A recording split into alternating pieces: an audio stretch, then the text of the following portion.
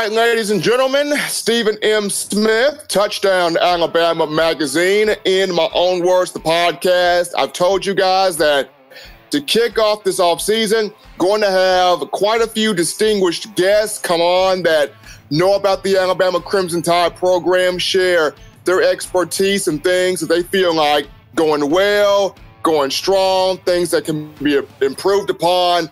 I know the first guest we had, my good man, Desmond Willis of top-rated speed and performance training at Prattville, Alabama. But this time around, we're bringing on a real heavy hitter.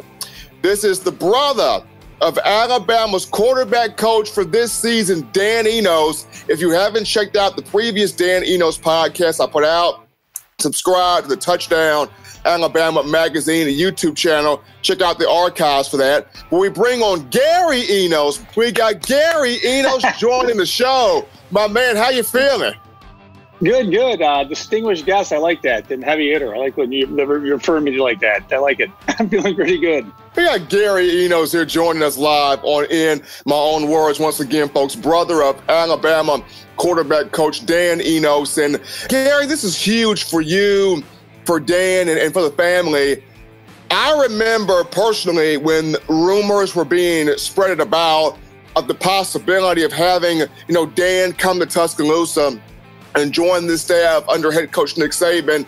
I literally rolled out of my chair because when you look at Dan, he may not be a Lane Kiffin, a Mike Gundy, a Mike Leach, a Cliff Kingsbury, none of those types of guys, but still one of the sharpest, smartest offensive minds in college football when it comes down to having that dynamic passing game, bringing a balance to your offense, picking out certain matchups, just brings a certain veteran and a savviness to him. What stood out about Alabama where Dan was concerned? Because I know Jim Harbaugh wanted him at Michigan as a wide receivers coach. He spent a little bit of a cup of tea of time there before being poached away by Nick Saban. But what made Alabama stand out to Dan, in your opinion? Just the simple fact that it's Alabama, and they have the tradition, and that he's competed against them the last 3 years, and he knows what they're all about. Plus, with Coach Saban, his first 2 years out of high school as a player, he was Coach Saban was the D coordinator when Danny was the quarterback at State. And his first year, he ran the scout team. So he's going against Coach Saban when he was an 18-year-old teenager, fresh out of high school. So he knows what Coach Saban's all about, and he understands that if you want to win and just to get to that next level, Alabama's that's the mecca of college football. That's the place you want to be at, especially if you're working for a coach like Saban and the rest of the staff and the players, and he knows. Everybody's focusing on winning and doing what they have to do. And that's what he wants to be part of that. You brought up a good point there, Gary, about during his time at Arkansas, Dan Enos' offense really gave Alabama some trouble at times. I mean, I go back to the 2016 season for just a moment here. Austin Allen was one of 3 quarterbacks that year, 2016, to put up 400 yards passing against Alabama's defense. The other 2, Chad Kelly of Ole Miss and Deshaun Watson of the Clemson Tigers. So when you look at Dan, from the quarterback standpoint, played at Michigan State, but at Central Michigan, he had Ryan Radcliffe and Cooper Rush, both of those 2 off to the NFL now. At Arkansas, the Allen brothers, both Brandon and Austin, who were kind of average to below average guys, but when Enos got to them, he produced big-time talent out of both of those guys. Just speaking on him being a quarterback's coach, because a lot of Bama fans, when they looked at Dan Enos, they saw where he was at Arkansas. Arkansas didn't do a lot, but that was basically on Brett Bielema. He tried to take what he did at Wisconsin in the Big Ten and apply it to the SEC, and in this conference, you have to have the big-time name. So just speaking on your brother here, Gary, what can Alabama fans expect in Dan when you talk about strictly being a quarterback coach, strictly working with Jalen Hurts, Tua Tagovailoa, Mac Jones, and also now Lane Hatcher? What can Crimson Tide fans expect with Dan? The thing Danny does is he not just with the drills and drilling stuff in the players and making them better that way. What the thing he's going to work on is their confidence and their leadership abilities, especially the leadership abilities. He's going to make sure that the quarterback on that team is going to be the toughest player on the team. Not physically in a fist fight type thing, but mentally the toughest guy on the team. And the players are going to look up to their quarterbacks. And when the quarterbacks tell them to shut up in the huddle, they're going to shut up and they're going to do what they're told. And that's what he's going to bring out in the quarterbacks, more so than anything else, because that's just the way he's built, and that's what he's going to bring out in the players, because that's what ultimately what you need out of your field general. One of the things that I admired about Dan, especially at Arkansas, was I look at Brandon Allen prior to Dan Enos, and then Brandon Allen with Enos at Arkansas. Prior to Dan getting in there, Brandon Allen, kind of the shy guy, didn't have enough confidence in his ability. I believe that first year, 2013 or 2014, one of those 2 years, Brandon Allen completed with 49%. I mean, the next year he got slightly better, not drastically better. But in Dan's first year with him, 2015, I mean, this kid's completion percentage went through the roof, 65.9%. The guy threw for 3,430 passing yards. Touchdown to interception ratio was spot on. And that 2015 year was the year where, the Hogs went 8-5. So in Dan's first year at Arkansas, what allowed him to light that type of fire under Brandon Allen? What did Brandon really take from Dan? Because if you look at it, from 2013 to 2015, Brandon Allen was like night and day different. I just think that he brought out that confidence in Brandon, and he let Brandon realize, what he's capable of, and then he knew that Danny was going to have his back at all times. He's not going to throw him under the bus. He's not going to embarrass him. He's not going to do that type of stuff to him. He's going to do everything he can to give him that confidence, and he has it. And Brandon, that's on him for doing it. For accepting that from my brother, but that's what he's going to bring out. He's going to make them guys better mentally between the ears is what he's going to do, especially with that confidence and leadership. That's a big part of Dan's MO in coaching. Ladies and gentlemen, we are on the line right now with Gary Enos, brother of Alabama quarterback coach Dan Enos, on today's edition of In My Own Words, Touchdown Alabama magazine. Gary, Dan did the exact same thing with Austin Allen, taking a guy that probably a bit more fiery than Brandon, but taking the same type of quarterback and delivering big numbers. Austin Allen now to the National Football League. I look at Jalen Hurts here for just a moment. Alabama fans right now, if you ask the average fan, they're thinking Tua Tagovailoa is the guy. You saw what he did against Georgia in the national championship game, basically won that game for that team in the second half and in overtime. But when you look at Jalen, he's going into his third year. Going back to Brandon Allen, third year, first year with Dan Enos, a lot of big things happen. Third year of Jalen Hurts, you bring in Dan Enos. What can Dan do for Jalen to really kind of solidify him and keeping this job? Because once again, if you go to the streets of Tuscaloosa, the streets of Birmingham, Alabama, and surrounding areas, it's Tua Tagovailoa time, 5-star guy, transcendent quarterback. You already have people calling him a legend and a generational player after one half of football. Now, granted, a great half of football, but after one half of football nonetheless. Jalen Hurts has played 28 career games, 2-year starter, 26-2 overall record, though I do not count the loss to Clemson on his bill. I would put him at 26-1, but if you go by the records, 26-2. But what does Dan bring? What could Dan give to Jalen Hurts that would help him kind of solidify, hold off Tua, and keep the starting job? First of all, they're both great players and very tough kids and smart.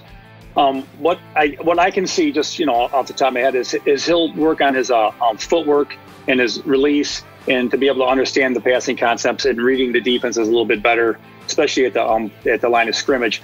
And he'll make all his mechanics better, because obviously he's got confidence. he's a great player, and so he's going to bring out those certain type of aspects in him, and he's obviously can compete. So that's not going to be a whole lot of work, leadership and confidence. He's already got that. He's just going to have to develop, some of his techniques better. I guess that's what every quarterback you have to do. Continue with this part of the conversation here, Gary, and we all on the line right now with Gary Enos, brother of Alabama quarterback coach Dan Enos, live here on In My Own Words. As far as a player that could immediately benefit, that can have a big impact from having Dan on this staff here, if you could think of one player that will immediately be impacted by Enos, who would that one player be in your mind? Ooh, I can't really say one player. I'm just going to say the quarterbacks as a group. So I thought Mac Jones played great in the spring game, and he looked good. So I think that kid lit it up. Yeah, I think all three of those quarterbacks are going to benefit from it. And I think as a group, you really can't single out one guy. You have to, especially with my brother coach, he goes, it's going to benefit all of them as a group as one. So for one person, I got to say the whole group, and then conclude them as one person. That's the way I can answer. The only way I can really answer that, because I think they're all going to benefit from it. And he's going to benefit from being around them too, because they're all great young men, and they work hard, and they're all focusing on winning, which is, that's half the battle right there. They want to learn, they want to get better, and it's a win-win for everybody, I think. In your mind, I mean, what does Dan take, or what did Dan take from his experience at Arkansas under Brett Bielema to Alabama? I mean, I get it. Did not win a conference title with Arkansas, did not win a national championship, but what did he take as far as the players he was around, the lessons he learned from Bielema, the trial and errors he experienced himself? What does he take or bring from Arkansas to Alabama that really benefits Nick Saban, offensive coordinator Michael Locksley, and everybody on the staff in terms of really making this Crimson Tide offense the most dynamic, explosive it's ever been under Saban? To you, what was the most valuable thing he brought from Arkansas to Tuscaloosa? It just experience in the SEC West. It's the best division in football. It's really not even close. And he's had the game plan against every great defense, and he knows the conference, and he's bringing that. And that's one of the probably main big reasons Coach Saban really came after him. And so that's what he's bringing. He's going to bring that experience against that type of competition, and he knows what you have to do. Kind of a funny moment I remember of Dan Enos myself. It's kind of a comical moment here. I remember the 2015 season quite vividly, and Arkansas is in Tuscaloosa playing Alabama, and the Hogs held a 7-3 lead. Now, Alabama's defense getting to Brandon Allen, but the Hogs held a 7-3 lead, and in my mind, Gary, I'm thinking, oh my goodness, is Arkansas about to pull this? Is Arkansas really about to pull that upset at Bryant-Denny? And out of nowhere, Jacob Coker's able to find Calvin Ridley for an 81-yard touchdown. But, that team in 2015 was the only team that held Derrick Henry at that time to under 100 yards rushing. Derrick Henry only had 95 yards rushing against Arkansas. So even in that regard, how much of Dan's demeanor rubs off on the defense for that team defensively to be the only team that held Derrick Henry to under 100 yards? I mean, how much does Dan's swagger, his MO, rub off on the defense somewhat? I don't know. That's a good question. I guess just because Danny's got that confidence, and he's trying to get everyone to do their best. And he's probably got pretty close with some of the defensive guys, and they kind of go back and forth at it probably in practice. And whenever that you get that kind of compete level, everybody kind of, and especially in practice, everybody tries to ups their ante. And I guess that's probably what happened there. They realized the offense was starting to light it up. And then they go, well, we better pick it up. So in practice, they probably went at it pretty good, and those guys probably benefited from it. Just looking at the entire offense as a whole coming into this year, knowing for a fact that, Dan wants to create that balance, not just in the passing game, but, getting the running backs involved. When you look at Damian Harris, Najee Harris, Brian Robinson, just a linchpin they got of guys that you can rotate back and forth. But just looking at his, offensive philosophy, how do you see Dan attacking defenses this season? Will it be more run? Will it be more pass due to the quarterbacks that you have? Or will Dan continue just to play by ear and ride what's working? Well, it's Coach Locksley is going to be doing most of that, but Danny's going to help out in any way. And when they game plan, they've let Danny. They've been really good with him. They're going to try and figure it out together, as a team. But they're basically going to take whatever the defense is going to give them, and they're going to adjust their game plan. They'll have a game plan, and they go into the game plan, then you have to adjust according to what the defense is going to show to you. So they'll be able to, I'm guessing, to be able to be more multiple and be able to do more stuff offensively, where they can include some, get some of the more weapons involved. But that's we'll see what happens. But I think that's what's going to happen. It'll be more multiple, and it'll help Coach Locksley with the game plan and for doing all that.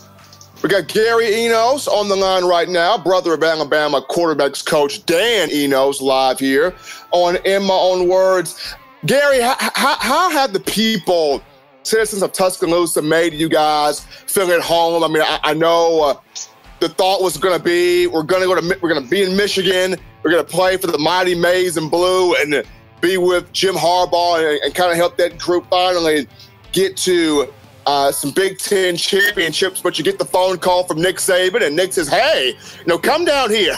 We have more of a need for you down here, down south. And, Dan makes the move from Michigan to Tuscaloosa, Alabama here. The moment you guys arrived, what was the vibe? What was the feel? How was the energy? How are you guys made to feel at home, coming from Central Michigan, coming from Michigan State to Central Michigan to Arkansas? You thought you were going to Michigan, and then you come to Tuscaloosa. How has the Southern hospitality been? Oh, Southern hospitality is real. It's been great. They've been great to my brother and now his family's. They were finally moving down in there too, and we went to the spring game, and people were actually great to us. It was very polite and very nice, very nice, humble people. I love it down in Tuscaloosa, and our family and stuff. We can't wait to get back down there. And we're gonna definitely hit a couple of games in the fall down there. And Danny's very, very happy with it. And he loves being down in Tuscaloosa. He loves it. Loves the people. His family loves the people. His wife Jane, everyone. They make him feel very welcome. So everybody's very happy and excited about it. I was actually reading a piece here on Dan as we're getting ready to wrap this up here. I was reading a piece on Dan and how he's the type of coach that is literally one of the first guys early in the morning into a practice facility, whether he's watching film in there, whether he's working out in there, whether he's putting up schemes and stuff to go over with his respective position group the following day or throughout the day. What's the motivating drive behind that, for Dan? Because for a lot of coaches, the drive starts off in high school. They get that hunger, they get that passion, and then you go small college, you work hard there, another small college, you work hard there, but then you land at the big-time university, the big-time program, and you see a lot of coaches kind of slack off, kind of ease off a bit. Dan seems to be the guy that no matter where he is, you are getting his 120%. What's that driving force behind Dan wanting to prove himself in every situation? Well, the thing about him is he's so competitive and he wants to win, but more importantly, he wants to make the players better. That's his job. His job is to make the players better, and he's going to give them everything that he can give them.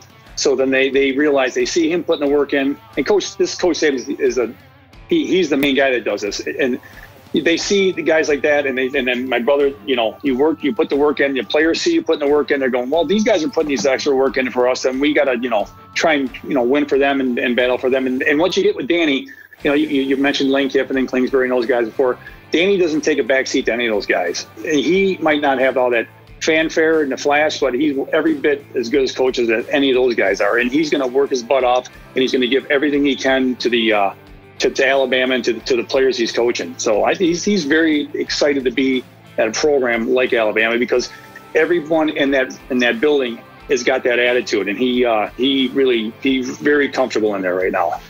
He's Gary Enos, ladies and gentlemen, agreeing to graciously join me live here on In My Own Words. Brother of Alabama quarterback coach Dan Enos. Really excited about the season coming up.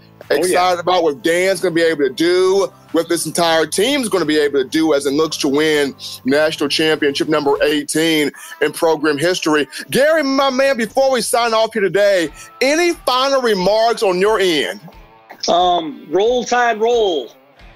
Classic, keeping it classic. Gary Enos giving us a roll tide here. Ladies and gentlemen, as always, you can catch the podcast, Touchdown Alabama Magazine YouTube channel. Subscribe there, like the podcast, leave comments. Want to hear from you, the smart fans of college football, your thoughts, your questions, your concerns about the team you crave to watch on Saturdays in the fall, that being the Alabama Crimson Tide. Continuing to pump out podcasts 3 days a week. We're pushing for Mondays, Wednesdays, Fridays, pushing for those 3 days, but definitely 3 days a week. We'll be getting you that information. For all of us here at The Brand, I'm yours truly, Stephen M. Smith. Special thanks to the man, Gary Enos, distinguished guest, joining me live here on In My Own Words. No problem there, Gary. But until next time, folks, we'll check you out later. This is In My Own Words. So long, everybody. So long. It's your boy, Stephen M. Smith, host of In My Own Words, the podcast. If you are a fan of this show, then I encourage you to subscribe to the Touchdown Alabama Magazine YouTube channel. Also follow the brand on Facebook, Twitter, and other forms of social media as we continue to bring you the best in Alabama football and Crimson Tide athletics.